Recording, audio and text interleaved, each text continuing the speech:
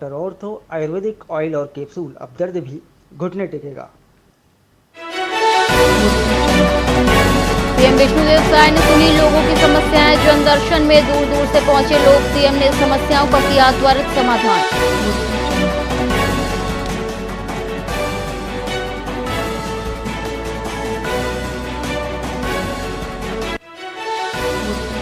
छत्तीसगढ़ के पूर्व सीएम के बेटे के खिलाफ ईडी का एक्शन। चैतन्य बघेल की 61 करोड़ की संपत्ति कुर्क। शराब घोटाला में चैतन्य बघेल के 364 प्लॉट अटैच।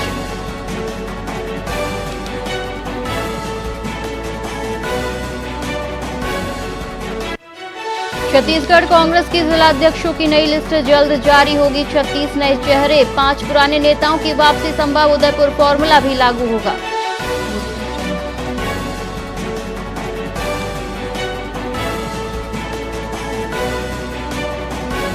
बीजापुर में सुरक्षा बलों की बड़ी सफलता। 27 लाख के 6 इनामी नक्सली मुठभेड़ में ढेर। कांदुलनार कचलारम जंगल में हुई मुठभेड़।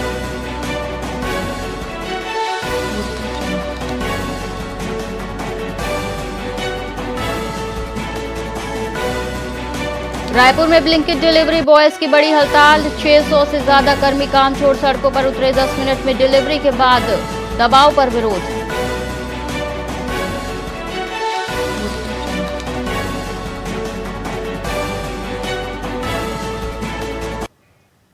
नमस्कार, आप देख रहे हैं वीआईपी न्यूज और मैं हूं आपके साथ एकता। आइए रुक करते हैं खबरों की ओर।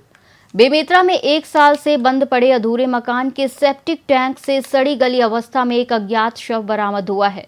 कबाड़ बीन रहे बच्चों को दुर्गंध महसूस होने पर यह खुलासा हुआ। सूचना मिलते ही कोतवाली पुलिस और फॉरेंसिक टीम मौके पर पहुंची और शव को निकालकर पोस्टमार्टम के लिए रायपुर मेडिकल कॉलेज भेजा गया। पुलिस ने जांच शुरू कर दी है और गांव के एक गुमशुदा दामाद के रूप में शव की शिनाख्त की आशंका है, जिसे कपड़ों से पहचाना गया।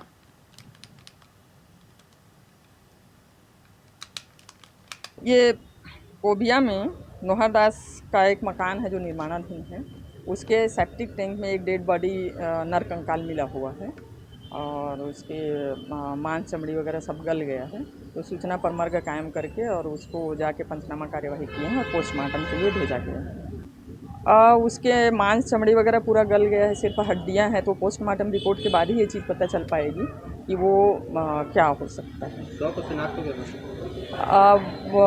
कोबिया के ही एक उनका दामाद है, पुरुषोत्तम पाल है, जो अपने ससुराल आया था 1-1.5 महीना पहले। तो उसके बाद से फिर वो गुमशुदा हो गया है, ऐसी सूचना दर्ज हुई है कोतवाली में। तो उनके परिजन उनके कपड़े सामान वगैरह देख के संभावना व्यक्त कर रहे हैं कि ये वही व्यक्ति होंगे। ये बीजापुर जिले के नेशनल पार्क क्षेत्र में सुरक्षा बलों और माओवादियों के बीच हुई मुठभेड़ में 3 महिला सहित कुल 6 माओवादी मारे गए हैं। डीआरजी और एसटीएफ की इस बड़ी सफलता में एक घायल माओवादी को गिरफ्तार भी किया गया। घटनास्थल से इंसास, स्टैन गन और विस्फोटक सामग्री सहित भारी मात्रा में हथियार बरामद किए गए हैं। मुख्यमंत्री विष्णुदेव साय ने सुरक्षा बलों की बहादुरी की सराहना की है। क्षेत्र में अन्य माओवादियों का पता लगाने के लिए सर्च ऑपरेशन अभी भी जारी है। जगत जो मध्य डेयरी कमेटी के सदस्य हैं, जिनके ऊपर 5 लाख के नाम है। पार्टी सदस्य पामे डेयरी कमेटी का देवे है, जिनके ऊपर 2 लाख के नाम है। उसी प्रकार मध्य डेयरी कमेटी का पार्टी सदस्य भगत, उनके ऊपर भी 2 लाख का इनाम है। और मध्य डेयरी कमेटी का अन्य एक सदस्य है, पार्टी मेंबर मंगली है, जिनके ऊपर भी 2 लाख के नाम। इस प्रकार तीनों महिला एवं 3 पुरुष माओवादियों का शनाख्ती हुई है। और मुठभेड़ स्थल से वेपन के हिसाब से देखा जाएगा। जगत राजनांदगांव के बूढ़ा सागर तालाब में पिछले 3 दिनों से बड़ी संख्या में मछलियां मृत पाई जा रही हैं। तालाब के आसपास बदबू के कारण लोग रुक नहीं पा रहे। स्थानीय लोग बताते हैं कि पानी में ऑक्सीजन की कमी और गंदगी मछलियों के मरने का कारण है। नगर निगम के अधिकारी मौके पर नहीं पहुंच रहे हैं और जिससे नाराजगी बढ़ रही है। लोग प्रशासन से मांग कर रहे हैं कि तालाब की सफाई की जाए और मरी मछलियां हटाई जाए, जिससे संक्रमण और दुर्गंध का खतरा ना बढ़े। त्वचा संबंधी रोग जो है काफी संख्या में बढ़ रहा है और उसका मूल कारण यही है, पानी गंदा है। गंदा पानी में आदमी नहा रहा है कई लोग जो है कुछ ग्रहण भी करते हैं, जल भी ग्रहण करते हैं। आखिर इसका स्थायी समाधान कब होगा? क्या हम जब स्थिति विकट हो जाएगी तब ध्यान देंगे तो क्या मतलब है? मैं सारे संस्कारधानी जो जनता है यहाँ की, जिसमें सर्वहारा वर्ग है, व्यापारी वर्ग है, शासन है, प्रशासन है और जितने भी जो सेवाभावी संस्थाएं, सबसे निवेदन करूंगा इसमें एक हो जाए और इस पर जो है ठोस कार्रवाई करें। विधानसभा अध्यक्ष डॉक्टर रमन सिंह ने दिग्विजय स्टेडियम का निरीक्षण किया। स्टेडियम की कई जगह खराब और घास बर्बाद हो चुकी है, जिससे खिलाड़ी खेल नहीं पा रहे थे। उन्होंने आश्वासन दिया कि स्टेडियम की मरम्मत जल्द ही कराई जाएगी। इस बार अंतर्राष्ट्रीय टर्फ खराब होने के कारण राजा सर्वेश्वर दास हॉकी टूर्नामेंट दिग्विजय स्टेडियम में आयोजित किया जाएगा। खिलाड़ियों और खेल संघ के साथ बैठक कर हालात का जायजा लिया गया। टूर्नामेंट को सफल बनाने के लिए सभी आवश्यक तैयारियां की जाएंगी और स्टेडियम को खिलाड़ियों के लिए उपयुक्त बनाया जाएगा। सूर्यवती देवी के नाम से जो वो एक गैप हो गया था, उसको अभी से उसकी शुरुआत करेंगे तभी वो हो पाएगा जनवरी के सेकंड वीक में। तो उसके लिए भी आज बैठ के कलेक्टर से और अधिकारियों से बात करेंगे और संघ से बात करके तत्काल उसके लिए राजनांदगांव की अनुमति मिले। और जो छोटे मोटे रिपेयर के काम है, लाइट के काम है, स्प्रिंकलर का काम है, उन काम के लिए भी बैठ के बात करेंगे। ये सुविधाएं तत्काल राजनांदगांव में शुरू कैसे हो सकता है, उसमें प्रशासन से, विधायक मत से या स्पोर्ट्स डिपार्टमेंट से और क्या जरूरत है, उस जरूरत को भी पूरा करेंगे। राजनांदगांव शहर के नंदई चौक में नई अंग्रेजी प्रीमियम शराब दुकान खुलने का वार्ड वासियों ने जमकर विरोध किया, जिसके बाद दुकान को तत्काल बंद करना पड़ा।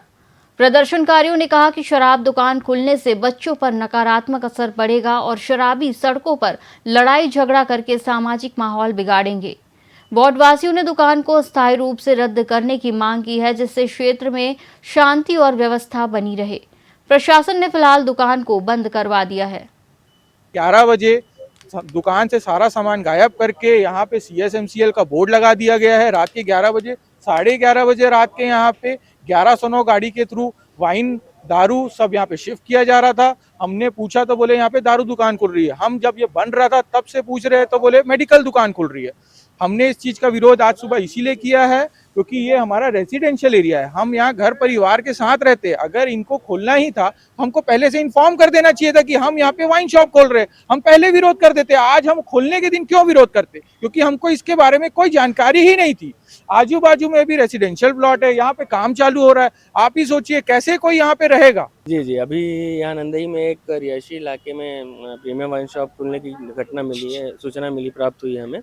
और हमारे द्वारा ये पता चला कि यहाँ पे सोसाइटी है, उनके बीच में रेजिडेंशियल इलाकों के बीच में एक प्रीमियम शॉप आज सुबह संचालित होना शुरू हुई।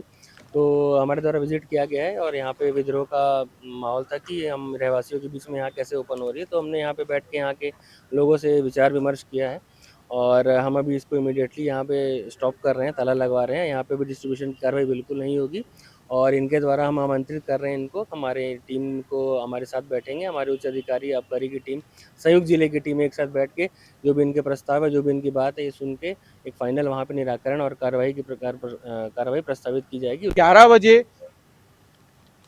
सक्ती जिले के पोरथा ग्राम पंचायत में गरीबों के राशन में डाका डालने का गंभीर मामला सामने आया है। कलेक्टर से शिकायत के बाद खाद्य विभाग के अधिकारी गांव पहुंचे, जहां जांच में पता चला कि 400 से अधिक राशन कार्ड धारियों को महीनों से चना नहीं दिया जा रहा था, जबकि शासन द्वारा नियमित आपूर्ति हो रही थी। चावल वितरण में भी अनियमितता की बात सामने आई है। अधिकारी ने चना वितरण में गड़बड़ी की पुष्टि की है और गड़बड़ी का आकलन होते ही संबंधित PDS संचालक पर सख्त कार्रवाई की जाएगी। ग्राम पंचायत हरेठी के ग्रामीणों द्वारा शिकायत की गई थी कि माह जून 2025 में शासकोचित मूल्य दुकान हरेठी से चना का वितरण नहीं किया गया था, जबकि ऑनलाइन उनके राशन कार्डों में चना का एंट्री कर दिया गया है, जिसकी जांच मेरे द्वारा आज यहाँ गांव में उपस्थित होकर की गई, जिसमें प्राथमिक तौर पे यह पाया गया कि अधिकांश राशन कार्डों में जून 2025 में चना का वितरण भौतिक रूप से नहीं किया गया है, किंतु ऑनलाइन जारी कर दिया गया। जांच चल रहा है, इसके आगे हो सकता है वो उसमें क्या बोलते हैं, चावल में भी कमी बताया जा रहा है। 150 कुंटल का वो चल रहा है कमी, आगे जांच में पता चलेगा साहब आए हैं।